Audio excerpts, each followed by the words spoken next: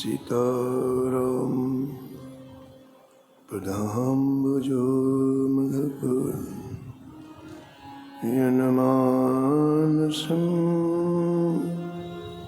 लीयते। सीताराम गुणालेनिशिदेवा यज्जिह्वया पीयते। सीताराम विचित्ररूपमनिशं यश्चक्षुषोर्भूषणम्। सीताराम सुनाम धामनिरतं तं सद्गुरुं संभजे। नीलाम्बुजं श्यामलकोमलाङ्गं सीतासमारोपितवामभागं पाणो महासायकचारुचकं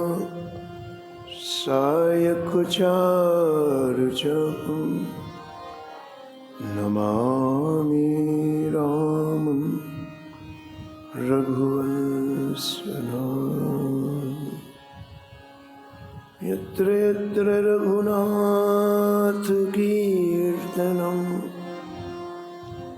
तत्र तत्र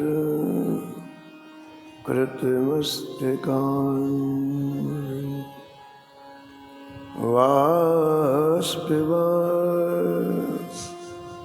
परिपूर्णलोचनं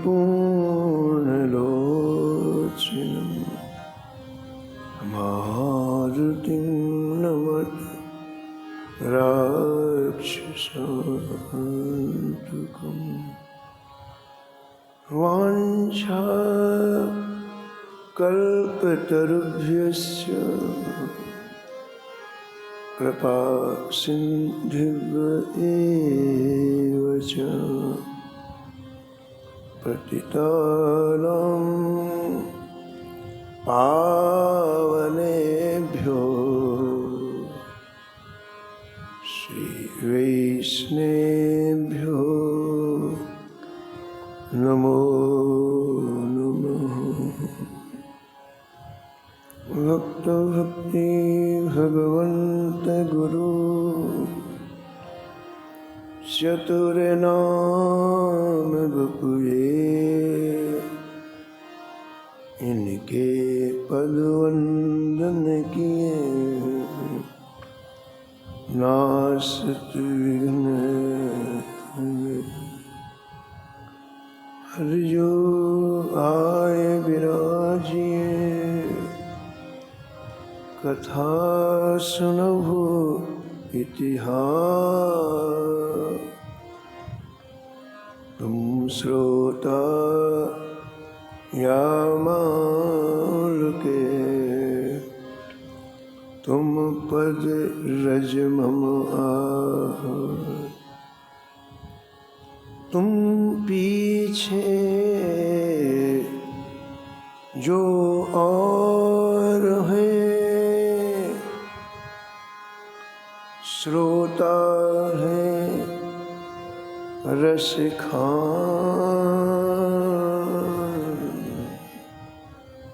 तिनके सकल मनोरथ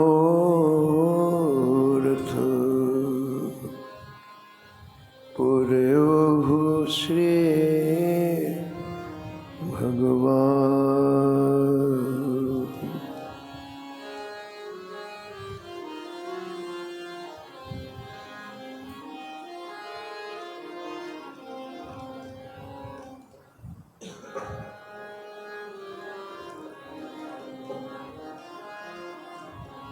राधे राधे गोविंद गोविंद राधे। राधे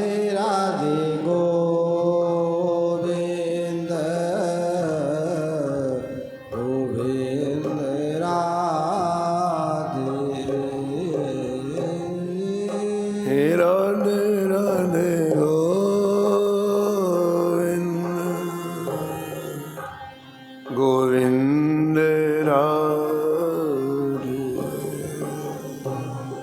राधे राधे गोविंद गोविंद राधे गोविंद राधे गोपाल राधे गोविंद राधे बोलो गोपाल राधे राधे राधे गोविंद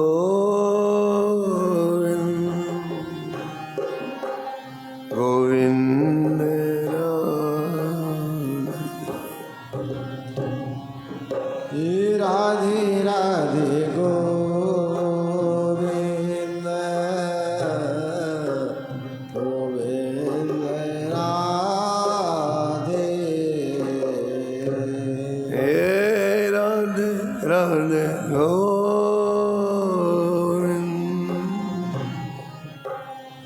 गोविंद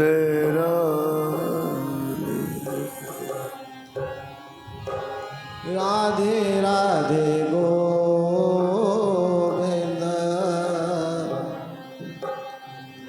गोविंद राधे हे राधे राधे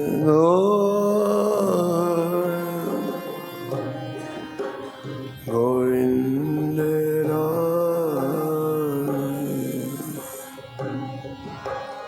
राधे राधे गोविंद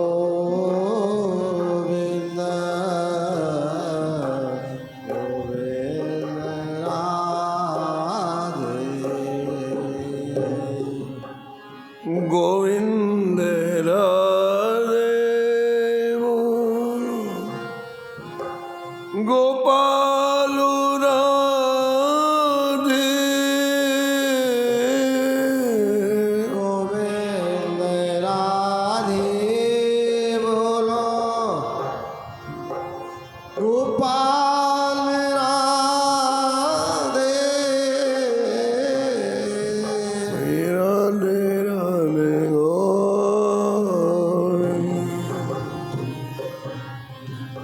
गोविंद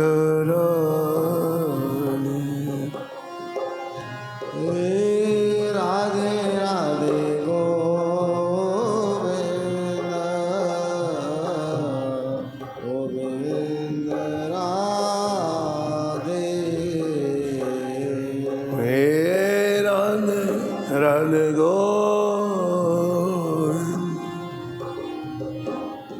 गोविंद राधे हे राधे राधे गोविंद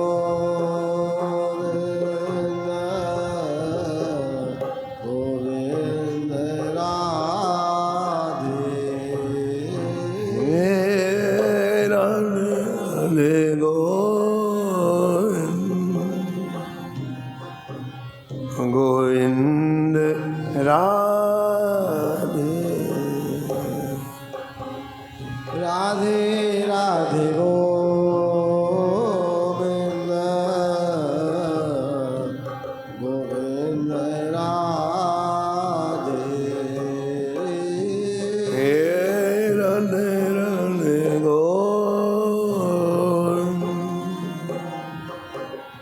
राधे गोविंद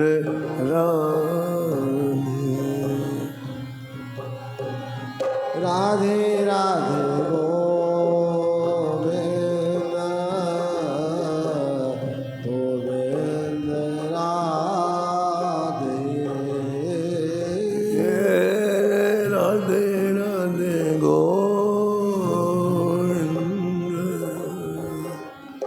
गोविंद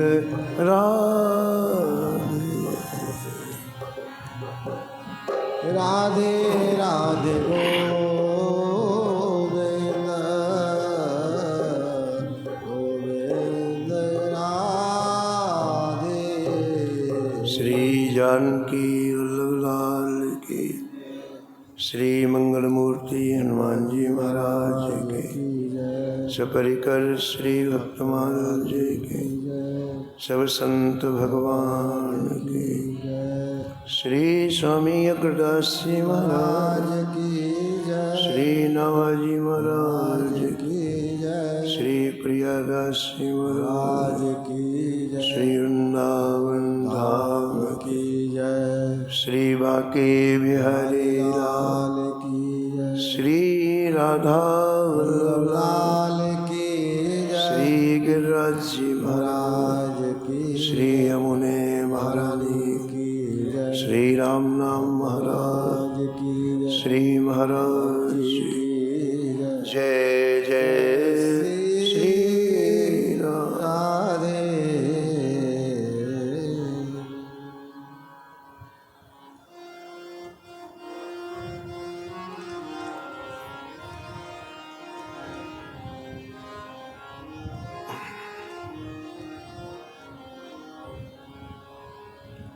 जगत विदित नरसी भगत, जिन गुर्जर धर पावन करी। जगत विदित नरसी भगत, जिन गुरु जर धर पावन करी। महास्मारत लोग भक्ति लवलेस न जाने। स्मारत लोग भक्ति लौलेस न जाने। माला मुद्रा देख तास की निंदा ठाने। माला मुद्रा देख तासु की निंदा ठाने। ऐसे कुल उत्पन्न भयो भागवत शिरोमणि। ऐसे कुल उत्पन्न भयो भागवत शिरोमणि। ऊसरते सर कियो खंड दो सही खोयो जिन। ऊसरते सर कियो खंड दो से खोयो जिन। बहुत ठोर परिचय दियो, बहुत ठोर परिचय दियो। रसरीत भक्ति हृदय धरी। रसरीत भक्त हृदय धरी। जगत विदित नरसी भगत, जगत विदित नरसी भगत, जिन गुर्जर धरे पावन करी। जिन गुर्जर धर पावन करी। जिन गुर्जर धर पावन करी। जिन गुर्जर धर पावन करी। प्रातः स्मरणी परम वंदनी श्री भक्तमाल के रचयिता श्री नाहा गोस्वामी जी परम पावन ग्रंथ श्री भक्तमाल में भक्तों के दिव्य चरित्रों का वर्णन किया है। इस छिप्पे में परम रसिक परम भागवत श्री नरसिंह जी का स्मरण करते हुए नाभाजी महाराज कहते हैं, नरसिंह जी ने संपूर्ण भारत की भूमि में रहने वाले मनुष्यों के हृदय में रसमय भक्ति का संचार किया। रसरीत भक्ति हृदय धरी। अनंत काल से हमारा मन रस का भूखा है, और जब तक इसे रस की प्राप्ति नहीं होगी तब तक ये तूफान करना छोड़ेगा नहीं। इसे नरसिंह जी ने विचार किया कि सबका हृदय रस से परिपूर्ण हो जाए। रस में भक्ति क्या है? जहाँ मन निरंतर भगवान की लीलाओं से जुड़ा रहे, भगवान के चरित्र से जुड़ा रहे, भगवान की स्मृति से जुड़ा रहे, यही रस में भक्ति है। अन्य चीज़ों में ये बात नहीं है।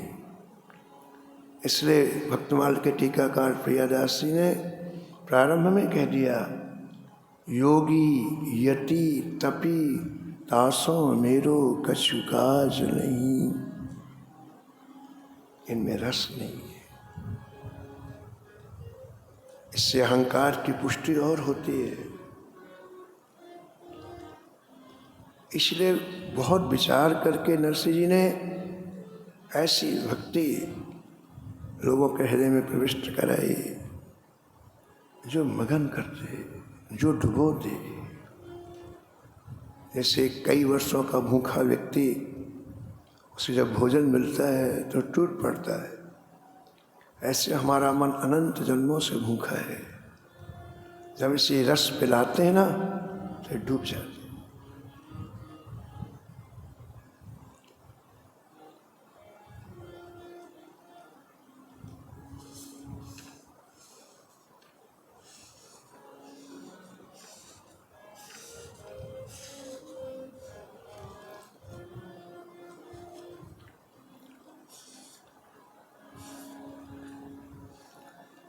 श्री बिंदु जी की बड़ी प्यारी पंक्तियां हैं। श्री राम धुन में जब तक, श्री राम धुन में जब तक मन तू मगन न होगा, मन तू मगन न होगा।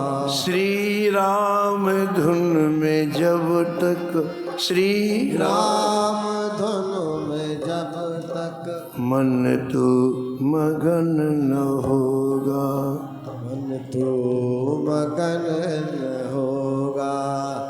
जग जाल छूटने का, जग जाल छूटने का तब तक जतन न होगा, तब तक जतन न होगा। श्री राम धुन में जब तक मन तू मगन न होगा। श्री राम धुन में जब तक मन तू मगन न होगा। व्यापार धन कमा कर तू लाखों साज सज ले, व्यापार धन कमा कर तू लाख साज सज ले। होगा सुखी न जब तक संतोष धन न होगा, होगा सुखी न जब तक संतोष न होगा। तप यज्ञ होम पूजा व्रत और नेम कर ले, तप यज्ञ होम पूजा व्रत और नेम कर ले। सब व्यर्थ है जो मुख से हरि का भजन न होगा, सब व्यर्थ है जो मुख से हरि का भजन भजन होगा। संसार की घटा से क्या प्यास बुझ सकेगा, संसार की सांसें क्या प्यास बुझ सकेगा। चातक दृगों को जब तक घनश्याम घन न होगा। चातक दृगों जब तक घनश्याम दृग न होगा। तू तौल कर जो देखे आँखों का प्रेम मोती। तू तौल कर जो देखे आँखों का प्रेम मोती। एक बिंदु पर त्रिलोकी भर का वजन न होगा।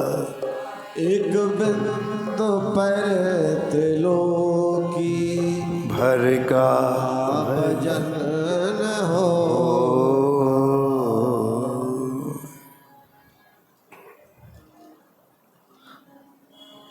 तो ऋषि जी ने रसरीति भक्ति सबके हृदय में प्रवाहित की, सब मग्न हो जाएं, डूब जाएं। कल आपने श्रवण किया है कि हजारों लोगों के बीच में नरसिंह जी के ठाकुर जी हाथ में माला लेके चले और अपने हाथ से नरसिंह जी को पहनाया। दिन की बात।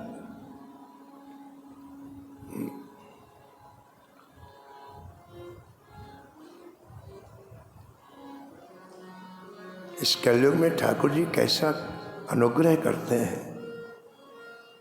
श्री नाभा जी ने कहा कि और युगंते कमल नयन कलयुग बहुत कृपा करी। और युगों में तो केवल कृपा करी है, लेकिन कलयुग में बहुत कृपा करी। बहुत थोड़ा सा हमारा चित्त लग जाए ना, भगवान प्रकट हो जाते हैं, कून पड़ते हैं। थोड़ा सा आप पुकार लो उनको, ठाकुर जी दौड़ के आ जाते हैं। सतयुग में भी कृपा की, त्रेता में भी की, द्वापर, लेकिन कलयुग बहुत कृपा की। बहुत का मतलब प्रतीक्षारत रहते हैं ठाकुर जी, आप उनकी तरफ देखो और दौड़ के आ जाए।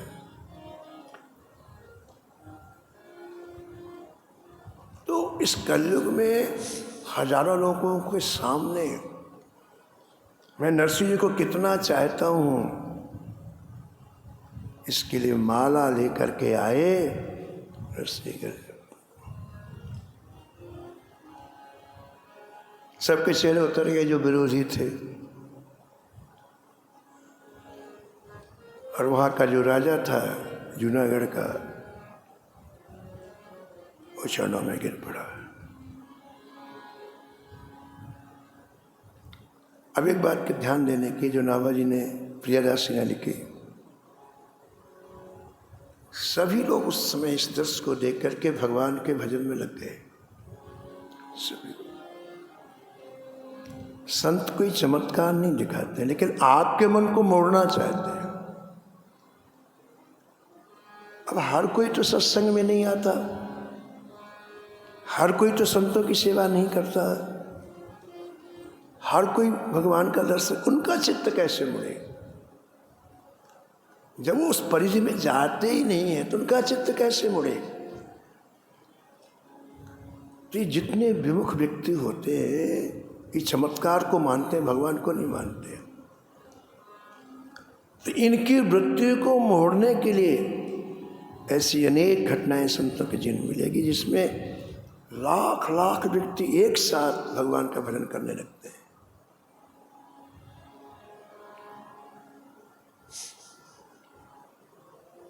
तो इस दृश्य को देखकर जितने लोग वहां थे सब भगवान के भजन में आरूढ़ हो गए।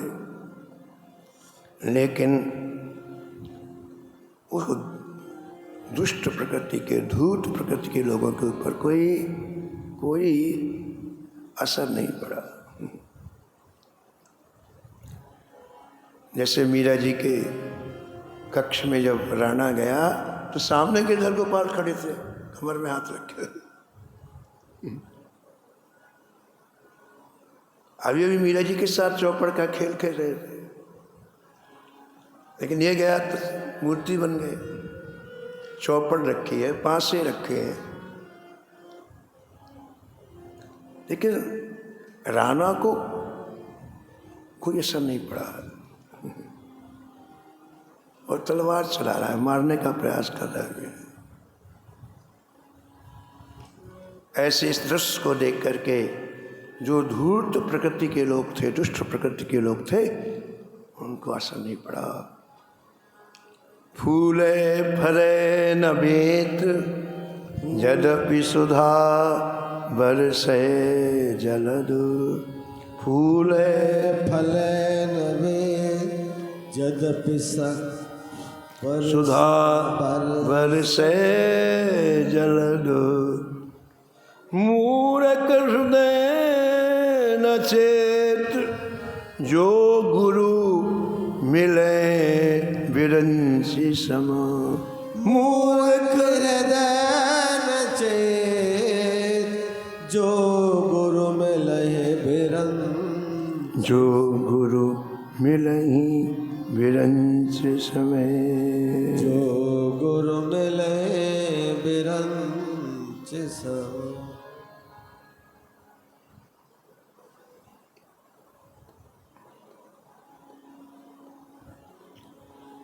ऐसे बेत होता लकड़ी का, कभी पतली सी लकड़ी होती है, बेत कहते हैं उसे। कहते हैं कि चाहे अमृत भी बरसे तो भी उसमें हरे पत्ते नहीं निकलते हैं। ऐसे जो मूर्ख व्यक्ति होता है, चाहे ब्रह्मा जी आ जाए गुरु बन के, उसकी बुद्धि में सुधार नहीं होता है। ये विमुक्ता रूपी रोग सत्संग के बिना नहीं जा सकता। इसे भगवान अच्छे नहीं लगते, बताओ, ये विमुक्ता रूपी रोग है। जिसे भोजन अच्छा नहीं लगता है, इसका मतलब क्या हुआ? जो बीमार है। भगवान तो अच्छे हैं ही, भोजन तो अच्छा है, लेकिन किसी को भोजन अच्छा ना लगे, इसका मतलब है कि वो बीमार है। अब वो धीरे धीरे उसका शरीर पूरा हो जाएगा। ऐसे जो विमुख लोग हैं उनको भगवान अच्छे नहीं लगते, इसका मतलब कि वो करोड़ों वर्ष तक नरक में जाएंगे। और संत संसार के प्राणियों को नरकों से बचाते हैं। भगवान की रसमय लीला सुनाकर, भगवान के पावन चरित्रों का गायन करके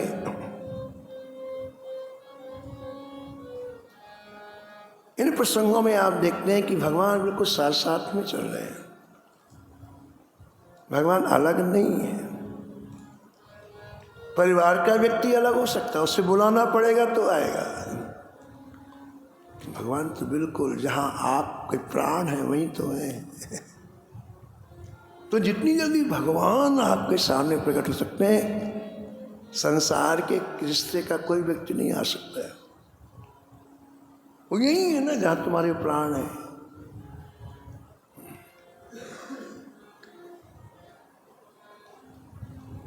भगवान ने दूध नहीं पिया नामदेव जी के हाथ से, तो अपने शरीर को नष्ट करने के लिए उन्होंने छुरी उठाई और कस के छाती में हम अपने अकेले, बिल्कुल कोई नहीं था, भगवान के सामने ही कटार को कस के, छुरी को कस के छाती हो, जो दाहिने हाथ से पकड़ा और यूं कस, तो यहीं से भगवान निकल के हाथ पकड़ ले। यहीं तो थे ना। अब इतनी जल्दी कौन आ सकता था बताओ आप? अरे किसी को बुलाओगे चल करके आएगा भाई, लेकिन यहां बैठे हुए भगवान ने अपना हाथ निकाला, छुरी पकड़ ली। ये एहसास हो जाए हमें कि भगवान हमारे साथ में, सारी समस्या का समाधान हो जाए।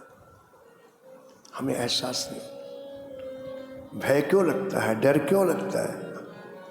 हमें विश्वास नहीं कि भगवान, व्यक्ति पाप क्यों करता है, उसे विश्वास नहीं कि भगवान मेरे साथ।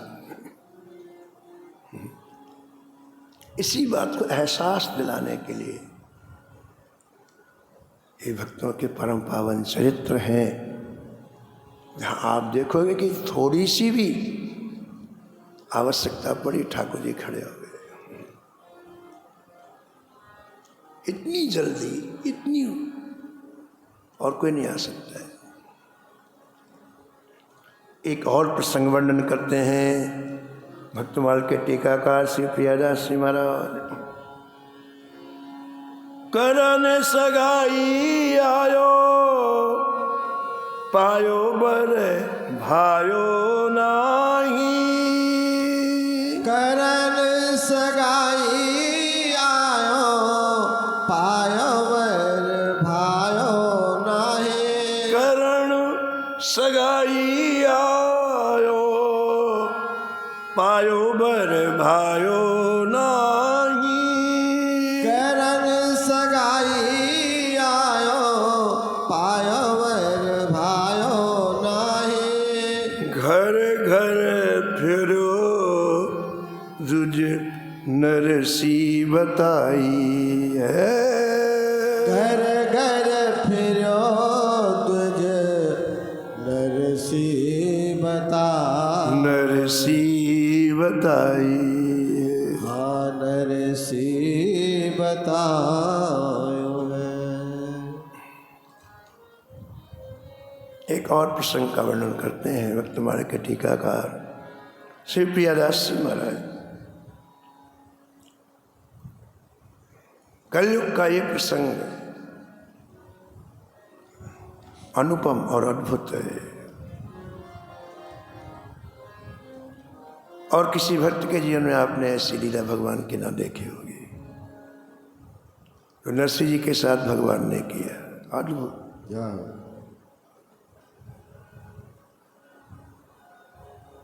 हमने भी क्या कहा, आपको एहसास हो जाए कि भगवान हमारे साथ है।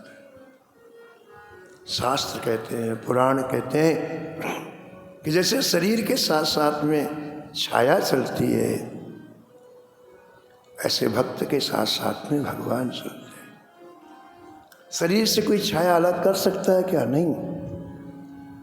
ऐसे भक्त से कोई भगवान अलग नहीं कर सकता है। हमारे शरीर के तो जीवन जिए भक्त, लेकिन कितनी मस्ती में जिए, कितनी प्रसन्नता में जिए। कोई चीज कहीं से आई नहीं, कोई चीज गई नहीं, केवल एक विचारों का संतुलन हुआ कि भगवान हमारे साथ, बस सारी चीज एक क्षण में बन गई है। ये एहसास होते ही आप कहां से कहां पहुंच गए।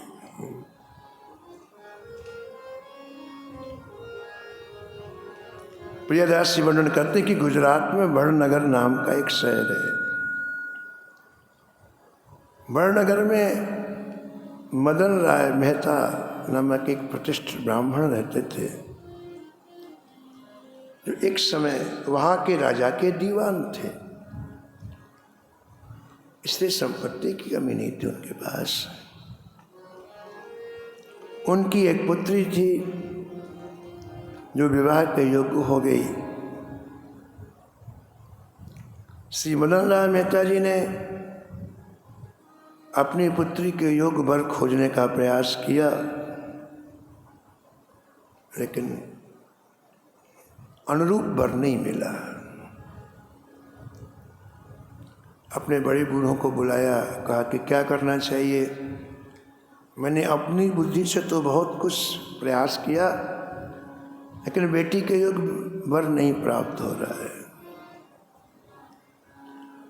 तो इनके परिवारी जनों ने, बड़ी बूढ़ों ने सलाह दी कि ब्राह्मणों की संख्या जूनागढ़ में 700 घरों की है। तुम अभी तक जूनागढ़ नहीं गए, जूनागढ़ में जरूर तुम्हारी बेटी के योग्य कोई ना कोई वर मिल जाएगा। उस जमाने में कुल पुरोहित भी ऐसा काम करते थे, लड़के देखने का, लड़की देखने का। वर पक्ष की तरफ से बात करना, कन्या की तरफ से बात करना, क्योंकि पुरोहित बड़े सात्विक होते थे। उनके हृदय में यजमान के कल्याण की भावना अच्छी तरह से बैठी रहती। लोभी नहीं होते थे, दाम्भिक नहीं होते थे। तो मदन राय जी ने अपने कुल पुरोहित जी को बुलाया और कहा, महाराज आप मेरा एक काम कर दीजिए, कल प्रातःकाल आप जूनागढ़ चले जाइए। वहाँ नागर ब्राह्मणों के मुखिया सारंगधर जी रहते हैं। वो मेरे बचपन के मित्र हैं, हम लोगों ने साथ में अध्ययन किया है। मैं उनके नाम से पत्र लिख रहा हूँ। वो आपके वहाँ के जो श्रेष्ठ ब्राह्मण परिवार के लोग हैं उनसे मिलाएंगे। उन घरों में बेटी के लायक जो वर है उसे आप देख करके और तिलक कर दीजिएगा।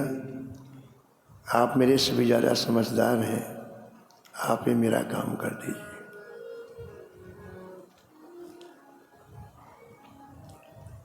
उन्होंने कहा मैं जरूर जाऊंगा, आपकी कन्या मेरी कन्या, मैं जाऊंगा। मदन राय जी के कुल पुरोहित ने जूनागढ़ से प्रयाण किया और वो बड़न नगर के लिए प्रस्थान किया। बड़नगर से प्रयाण किया, जूनागढ़ पहुंचे और सारंगधर जी बड़े प्रतिष्ठित से पता लगा कि उनके घर में पहुंच गए।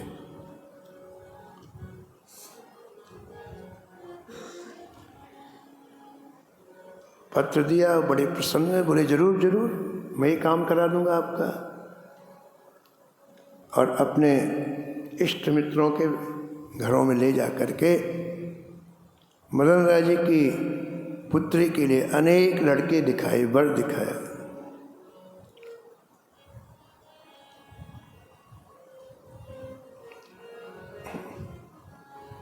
लेकिन कोई भी वर कुल पुरोहित को पसंद नहीं आया। दृष्टि अपनी अपनी देखने की है। बहुत से लोग यही समझते हैं कि हमारे पास बाहरी वैभव हो तो हम बहुत बड़े संस्कारित हो गए। लेकिन जो व्यक्ति अध्यात्म में प्रविष्ट है, भाव राज्य में जिसका अंतःकरण डूबा हुआ है, उसकी दृष्टि दूसरी होती है। उसकी दृष्टि ये होती है जिसका मन अच्छा है, बुद्धि अच्छी है, चित्त अच्छा है, वो अच्छा। उसके पास बाह्य संपत्ति है कि नहीं, उसको कोई लेना नहीं है। बाह्य वैभव है कि नहीं, बाह्य लोगों का समूह है कि नहीं, कोई मतलब नहीं। उसका अंतःकरण चतुष्टय अच्छा है तो लाखों लोगों को अच्छा बनाएगा वो आगे चल के। तो जिन लोगों को सारंगधर जी ने घरों में ले जाकर के वर दिखाया और सब केवल बाहरी वेशभूषा वाले थे, वस्त्र आभूषण और बड़े बड़े मकान, ये तो था, लेकिन संस्कार विहीन थे। इसलिए कोई अच्छा नहीं लगा। 700 घर में एक घर भी ऐसा नहीं जहां कोई संस्कारी बालक हो। क्या हालत है बताओ अपने देश की, क्या स्थिति हो गई। संस्कार का जनाजा निकल, एक भी युवा नहीं जिसमें संस्कार हो।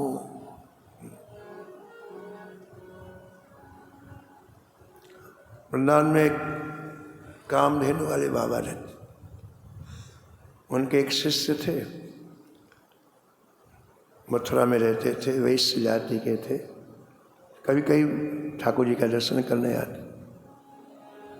एक दिन आए तो उन्होंने महाराज अपनी रोते रोते परेशानी बताई।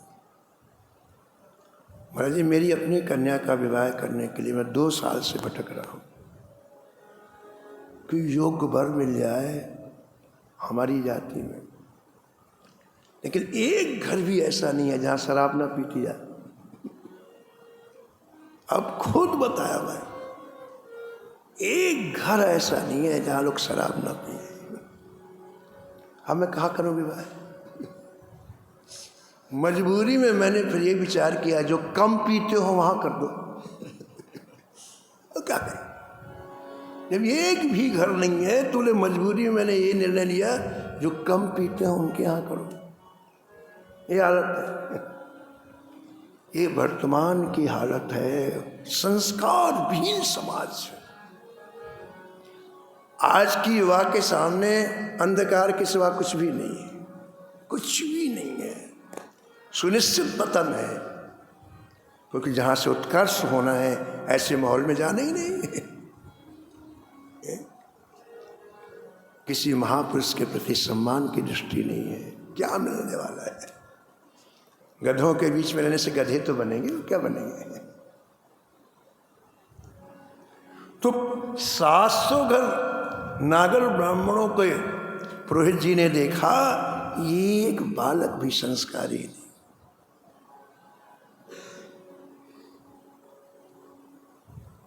पूज्य प्रेमानंद जी कहते हैं कि आज के युवाओं का भविष्य बहुत खतरे में है, क्योंकि ऐसी गलत आदतें पड़ गई हैं जिससे पूरी तरह से जीते जी मुर्दा हो रहे हैं लोग। जीते जी मुर्दा हो रहे हैं, ढांचा दिखाई पड़ रहा बस।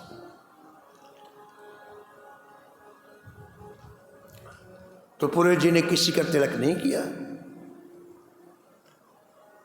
अब बड़ी चिंतित हो गए। अब क्या करें, महीनों रहते हो गए और श्री मदन राय जी ने हमें जिम्मेदारी दी थी, क्या करें?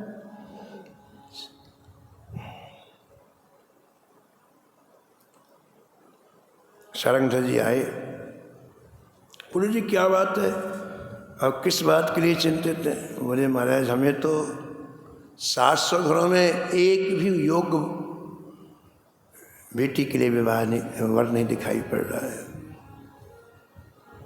यदि आपकी नज़र में और कोई घर हो तो आप बता दो।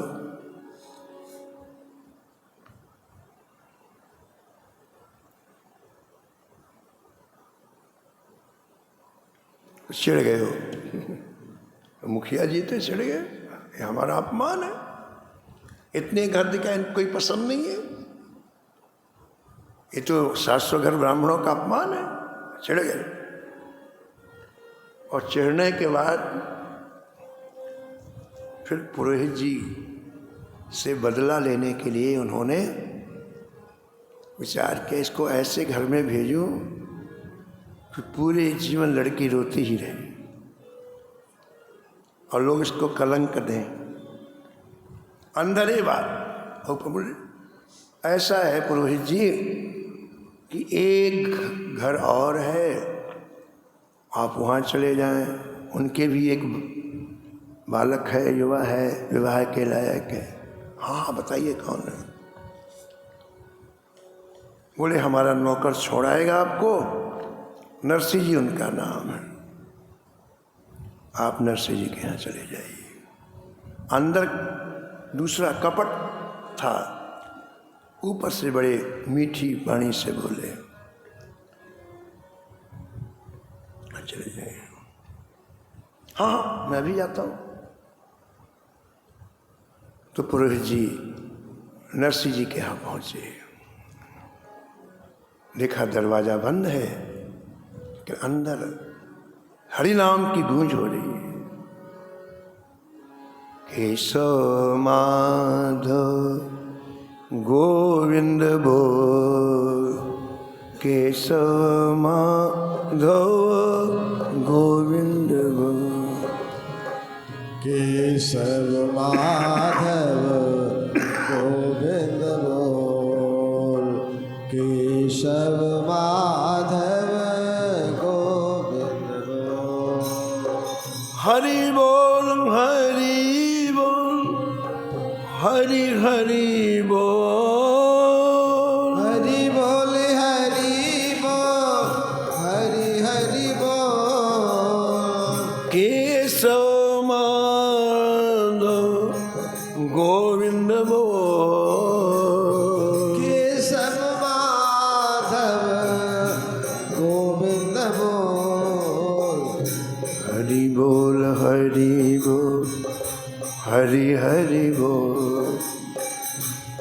केशव माधव गोविंद बोल।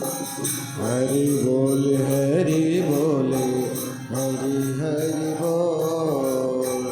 केशव माधव गोविंद बोल। हरिनाम की ध्वनि कानों में आते ही महाराज अभी दरवाजा नहीं खुला, पुरोहित जी आंख बंद करके हरिनामामृत का पान करने लग गए। कीर्तन को जैसे विराम मिला वैसे पुरोहित जी ने दरवाजे में दस्तक दी। जय श्री कृष्ण जय श्री आवाज लगाई। नरसिंह जी ने दरवाजा खोला। भगवान नाम के अणु परमाणु एक एक कण में विराजमान थे। आप जिस जगह जैसा व्यवहार करते हो ना, उसके अणु परमाणु व्याप्त हो जाते हैं। जहाँ निरंतर हरिनाम संकीर्तन होता है, भगवान की परम पावन कथा होती है, जहाँ संतों का आना जाना होता है, उसके अणु परमाणु बड़े दिव्य होते हैं। हमारे आश्रम में एक संत आए, टाट पहनते थे, केवल टाट पहनते थे। उनका नाम हो गया टाट बाबा। पहली बार आए लीलाबाई सत्संग भवन में, हमारी दोनों की मुलाकात थी। हमने कहा चलो महाराज ठाकुर जी का दर्शन करने के। बोले चलो। तो अपने शिष्यों के साथ आए, बहुत से शिष्य आए। तो गेट में प्रवेश करते खड़े हुए। अरे भैया बड़ी ऊर्जा आ रही है, ऊर्जा का केंद्र कहाँ है? ऐसे बोले, बड़ी ऊर्जा आ रही है, इसका केंद्र कहाँ है? आओ महाराज, कभी इस कोने में जाए, कभी उस कोने में जाए, कभी केंद्र कहाँ है? क्या जहाँ राम नाम के पास पहुँच, बोले है केंद्र, ये है केंद्र। नीचे जहाँ राम नाम विराजे ना, जब वहाँ अरे ये है केंद्र, ये यहाँ का पावर स्टेशन है, बड़ी ऊर्जा यार। तो जहाँ निरंतर भगवान के नाम का कीर्तन होता है, भगवान की कथाएं होती हैं, संतों का आना जाना होता है, उस भूमि के अणु परमाणु बड़े दिव्य हो जाते हैं।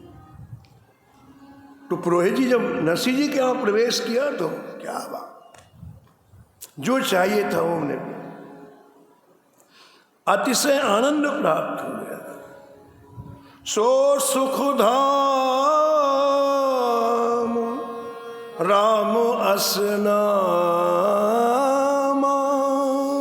सो सुख धाम राम असनामा। अखिल लोक दायक विश्रामा। अखिल लोक दायक विश्रामा। जो आनंद सिंधु सुख राशि, जो आनंद सिंधु सुख राशि। करते त्रैलोक सुपासी। करते त्रैलोक सुपासी। नरसिंह जी ने पुरोहित जी को प्रणाम किया। महाराज कहाँ से पधारे आप? पुरोहित जी ने कहा मैं बड़नगर निवासी श्री मदन राय मेहता जी का पुरोहित हूँ, उनकी कन्या के लिए वर खोजने के आया हूँ। मैं आपके सुपुत्र को देखना चाहता हूँ।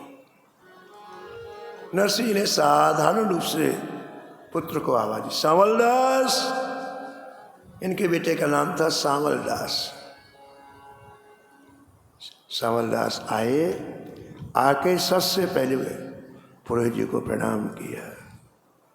ये हमारे अध्यात्म की पहली सीढ़ी है, सबको वंदन करें। व्यक्ति को ही नहीं, जड़ चेतन जग जीव जत सकल राममय जान, बंदों सबके पद कमल सदा जोरी। ये हमारे यहाँ की प्रदेशिका है। जिसे वंदन करना नहीं आया, उसे प्रणाम करने, वो आगे चल ही नहीं सकता इस मार्ग में। सावरदास ने प्रणाम किया है और पुरोहित जी ने उसका मुखमंडल देखा। अलौकिक आभा मुखमंडल से निकल रही है। पुरोहित जी बहुत प्रसन्न हो गए। उन्हें ज्योतिष का ज्ञान था। सामुद्रिक शास्त्र होता है, इसमें व्यक्ति की आकृति और प्रकृति से पता चल जाता है इसके कैसे संस्कार है। एक शास्त्र है जिसका नाम है सामुद्रिक शास्त्र। एक मिनट नहीं लगा। नरसिंह जी, हमें ये वर पसंद है, हम इसका तिलक करना चाहते हैं। नरसिंह जी कहा, महाराज आपको नहीं पता, मैं बहुत गरीब व्यक्ति हूं और आप बहुत बड़े कुल से आए, कहाँ हो कहाँ। इसलिए महाराज आप ऐसा मत करिए, सोच समझ के काम करिए। हम उनके तुल्य नहीं हैं। मदन राय जी बहुत संपन्न आदमी हैं, हम अत्यंत साधारण व्यक्ति हैं। क्योंकि आजकल यस्यास्ति वित्तम स नरः कुलीना, जिसके पास धन है वही कुलीन है, वही पंडित है, वही वेदविद है, वही गुणवान है, वही वक्ता, वही दर्शनीय है। इस युग में धन ही सब कुछ है। सर्वे गुणा कांचन माश्रयन्ते, समस्त गुण धन के अधीन है।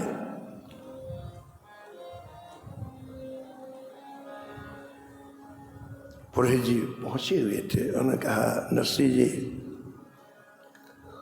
ये बात दुनिया कहती है लेकिन संत नहीं कहते हैं। संत क्या कहते हैं? कबीरा सब जग निर्धना,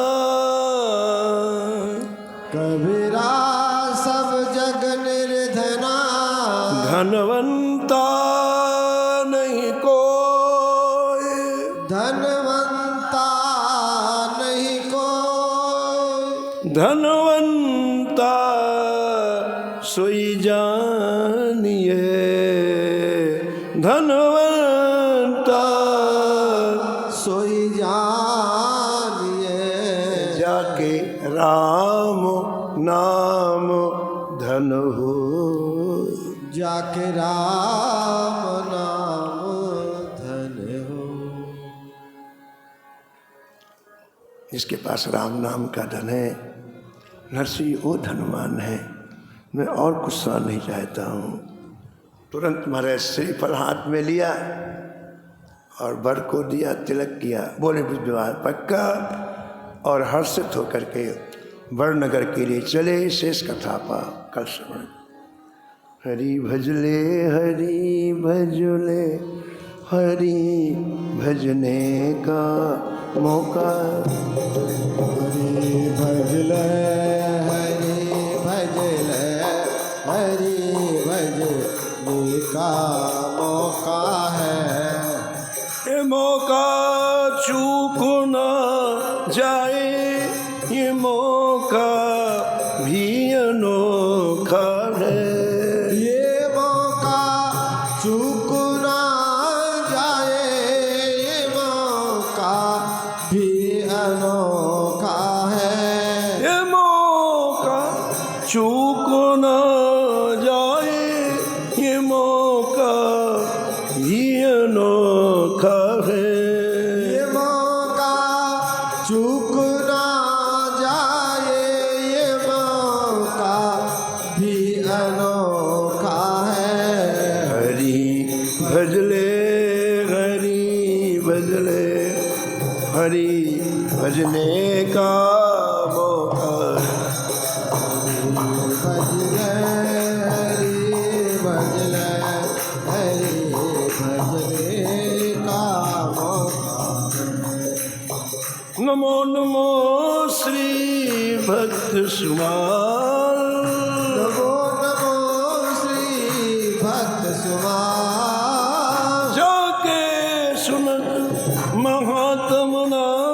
सत जाके सुनत महातग नासत और झलकत राधा नंदलाल उर झलकत राधा नंदलाल गद गद स्वर पुलकित अंग अंगनी गद गद स्वर पुलकित हरे हरे लोचन बरसत असुअन जा लोचन बरसत असुअन जा उतर जान अभिमान व्याल विष उतर जात अभिमान व्याल विष रेत जीवाय सुरसती का नीत जीवाय सुरसती का होत प्रीत